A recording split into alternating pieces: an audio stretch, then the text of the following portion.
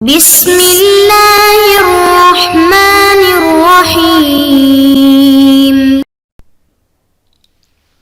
السلام علیکم محترم سامعین اور عزیز طلبہ کرام، امید کرتا ہوں کہ آپ تمام احباب خیر و عافیت سے ہوں گے۔ آج کا ہمارا سبق نمبر 22 ہے، جس میں ہم شاعر عمرو بن معدی کرب الزبیدی کو پڑھیں گے اور ان کے اشعار کو سمجھیں گے۔ یہ شاعر مخضرمی مشہور صحابی ہیں۔ یہ شاعر کون ہیں؟ مخضرمی ہیں، یعنی ان کو جاہلیت بھی ملی اور اسلام بھی ملا۔ مشہور صحابی ہیں۔ ان کے اشعار کا پس منظر یہ ہے کہ بنو جرم نے بنو حارث کا ایک آدمی قتل کیا۔ بنو جرم نے بنو حارث کا ایک آدمی قتل کیا، تو بنو حارث اپنے ساتھ بنو نہد کو ملا کر قصاص لینے آئے۔ جنگ شروع ہوئی، چونکہ بنو جرم کے ساتھ شاعر کے قبیلے بنو زبید کا معاہدہ تھا، اس لیے میدان جنگ میں ایک طرف بنو حارث اور بنو نہد تھے اور دوسری جانب بنو جرم اور بنو زبید تھے۔ لیکن جنگ شروع ہوتے ہی بنو جرم باگ کھڑے ہوئے، کیونکہ مقابل فریق میں بنو نہد سے ان کا رشتہ تھا اور معاہدہ بھی تھا، تو انہوں نے مناسب نہ سمجھا کہ وہ جنگ کریں ان سے، کیونکہ وہ معاہدہ ٹوٹ جائے گا اور پھر وہ دشمنی میں بدل جائے گا۔ اس لیے تو شاعر کا جو قبیلہ ہے بنو زبید شکست کھا گیا، کیونکہ وہ میدان میں اکیلے رہ گئے۔ بنو جرم تو باگ چلے گئے معاہدے کی وجہ سے، تو بنو زبید وہ شکست کھا گیا اور وہ بھی باگ کھڑا ہوا۔ تو شاعر مذکور تنہا میدان جنگ میں رہ گیا۔ اس جنگ کے حالات کو بیان کر کے شاعر کیا کہتے ہیں، آئیے پڑھتے ہیں۔ وقال عمرو بن معدی کرب الزبيدي ولما رأيت الخيل زورا كأنها جداول زرع أرسلت فاستبطرت فجاشت إلي النفس أول مرة فردت على مكروهها فاستقرت على ما تقول الرمح يثقل عاتقي على ما تقول الرمح يثقل عاتقي إذا أنا لم أطعن إذا الخيل كرتي لحى الله جرما كلما ذر شارق وجوه كلاب هارشت فازبأرتي فلم تغن جرم نهدها إذ تلاقتا ولكن جرما في اللقاء بذعرتي ظللت كأني للرماح درية أقاتل عن أبناء جرم وفرتي فلو أن قومي أنطقتني رماحهم نطقت ولكن الرماح أجرتي۔ ترجمہ کرتے ہیں، وَلَمَّا رَأَيْتُ الْخَيْلَ، اور جب میں نے گھوڑوں کو دیکھا، زوراً لوٹتے ہوئے، کَأَنَّہا گویا کے گھوڑے، جداول وہ بمنزلہ کھیتی کی نالیاں، کھیتی میں جب ہم پانی دیتے ہیں تو اس کے لیے ہم نالیاں بناتے ہیں جس میں پانی گزر رہا ہو، تو کہتے ہیں کأن الخیل جداول وہ نالیوں کی طرح ہیں، زرع کھیتوں کی نالیاں، ارسلت کہ ان کو چھوڑ دیا ہے، فسبطرتی ای امتدتی گویا کہ ہم نے نالیوں میں پانی بہایا تو وہ دائیں بائیں ہر طرف سے پانی جا رہا ہے، اسی طرح سے ہمیں گھوڑے نظر آ رہے تھے۔ سمجھ میں آئی بات؟ گویا وہ کھیتی کی نالیاں ہیں جن میں پانی چھوڑا گیا ہو اور وہ نالے دور دور تک پھیلے ہوئے ہوں، تو گھوڑے کی یہ حالت تھی، اضطرابی حالت، مضطرب تھے، بے چین تھے، لڑکھڑا رہے تھے، باگ رہے تھے یہاں وہاں۔ آگے کہتے ہیں فجاشت الی النفس اول مرۃ، تو کیا ہوا، پہلی مرتبہ میرا نفس گھبرا گیا۔ جاشت جاشا فزع خافا گھبرا گیا، فجاش الی النفس میرا نفس گھبرایا، اول مرۃ پہلی مرتبہ، فردت اس کے بعد اس کو لوٹایا گیا۔ کس نے لوٹایا؟ میں نے خود لوٹایا، میرے نفس کو میں نے ملامت کیا، میں نے مخاطب کیا۔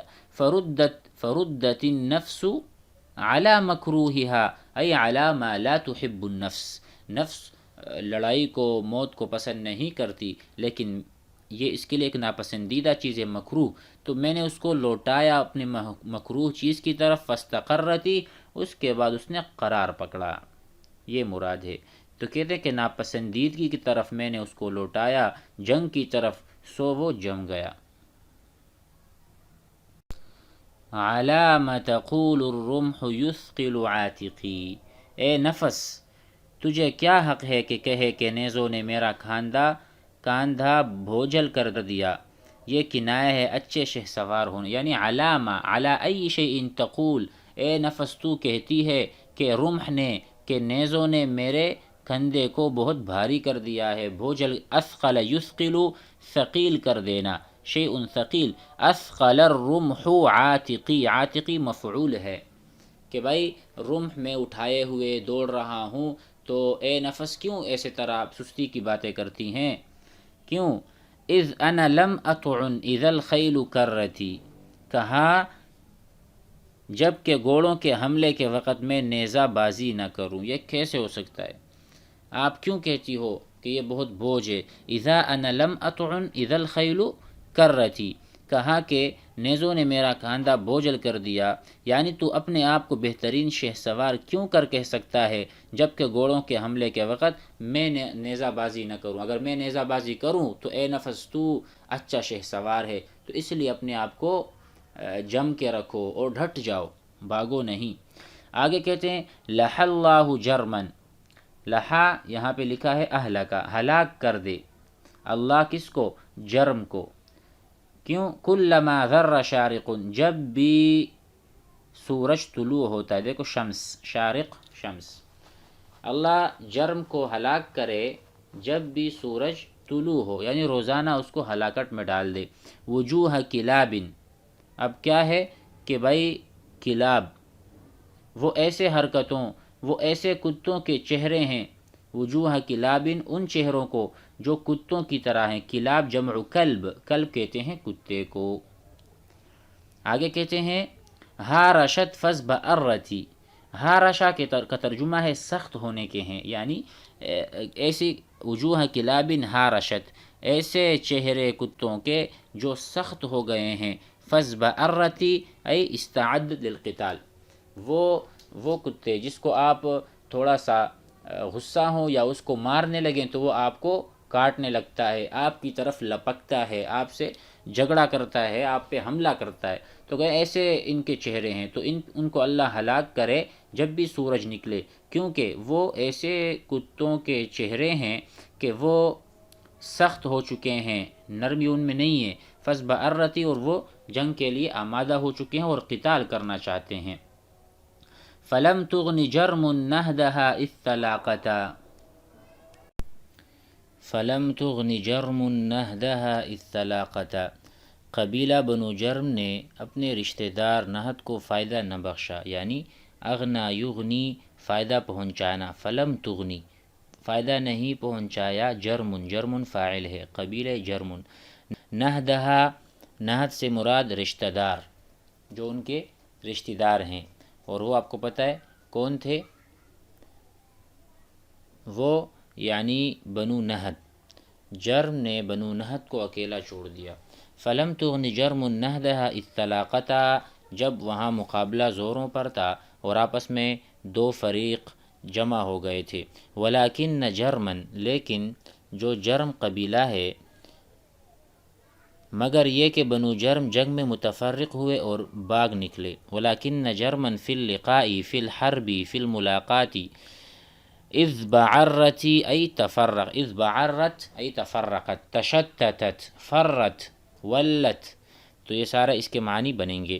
جرمن فی اللقاء اذ بعرت. ظللت کانی للرماح دریۃ، اب اپنی حالت بیان کر رہے ہیں، میں نیزوں کا گویا ہدف بن گیا. ظللت بقیت، میں باقی بچا، میں باقی رہا میدان میں. ظللت ظل اصبح، آپ نے پڑھا ہے افعال ناقصہ.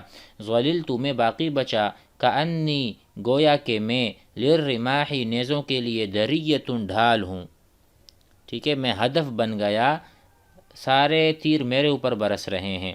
اقاتل، میں دفاع کر رہا ہوں، میں قتل کر رہا ہوں. ٹھیک ہے، میں لڑ رہا ہوں. عن ابناء جرم، جرم کے جو ابناء ہیں یا جو لڑکے ہیں قبیلہ جرم کے. وفرتی، کہتے ہیں کہ بنو جرم کی جانب سے لڑ رہا تھا اور وہ خود بھاگ نکلے، میں وہاں بچا اور بنو جرم تو بھاگ گئے، اب ان کے لیے میں لڑ رہا ہوں جان کو ہتھیلی پہ رکھ کر. فلو ان قومی انطقتنی، کاش کہ میری قوم کے نیزے مجھے ناطق بناتے.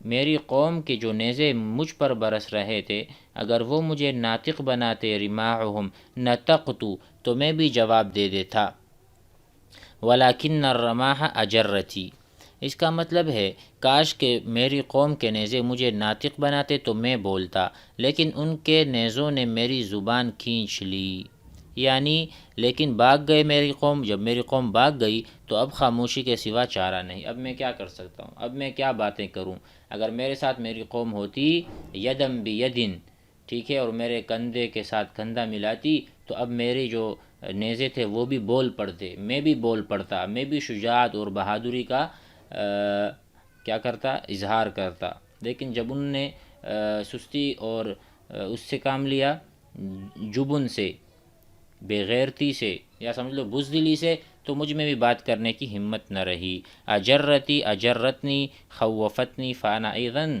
فررتو۔ یہاں 3 اشعار مزید پڑھ لیتے ہیں۔ وقال سیار بن قصیر الطائی فلو شہدت القدید طعاننا بمرعش خیل الارمنی ارنتی عشیت ارمی جمعهم بلبانه ونفسی وقد وطنتها فاطمأنتی ولاحقت الآطال اسندت صفها الى صف اخرى من عدن فاقشعرتی۔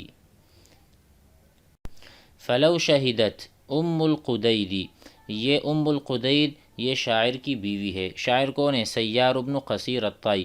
یہ کہتے ہیں کہ اگر میری زوجہ، میری بیوی بھی جنگ میں آ جاتی، طعاننا، طعان طعن کو کہتے ہیں، ہم نے کہا ہے کہ طعان کا جو معنی ہے نیزہ بازی یا نیزہ مارنا، الطعن الطعان، تو اگر ہمارے نیزوں کو وہ دیکھتی اور ہمارے لڑائی میں شریک ہو جاتی، بمرعشہ، جو مرعش کے مقام پر ہماری لڑائی تھی، خیل الارمنی، تو وہ کیا کرتی، ارمنی شہ سواروں کو دیکھتی، ارمنی شہ سواروں کے ساتھ ہماری جو نیزہ بازی ہوئی تھی اس میں اگر وہ حاضر ہو جاتی، ارنتی، تو شدت خوف سے چیخ پڑتی، ارنت، ارنت بمعنی صاحت، صاحت کے معنی کیا ہیں؟ چیخنا، چلانا، یا صرخت، یہ دونوں معنی ہم لکھتے ہیں، صرخت و صاحت۔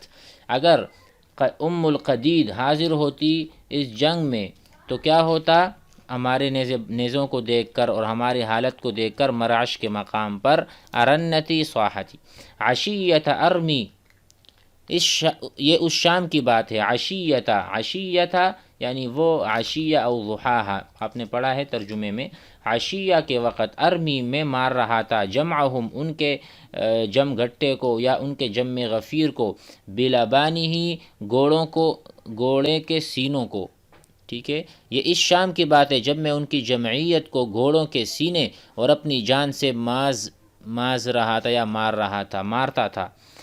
کنت ارمیہم بلبانہ ونفسی، گھوڑے کا سینہ سامنے تھا اور میں تھا۔ وقت وطنتها فاطمأنتی، اس کا مطلب ہے کہ میں نے اپنے نفس کو جنگ کے لیے آمادہ کیا، وطنتها ای وطنت النفس، فاطمأنتی فالنفس اطمأنت، تو اس نے اطمینان کا اظہار کیا اور وہ جنگ کے لیے راضی ہو گئی۔ ولاحقت الآطال اسندت صفها، اور بہت سے ملے ہوئے کھوک والے، باریک کمر والے گھوڑے جن کی صف کو میں نے دشمنوں کی صف کے ساتھ ملا دیا، تو دشمنوں کی تعداد کی کثرت کی وجہ سے ان کے رونگٹے کھڑے ہو گئے اور وہ ڈر لگے۔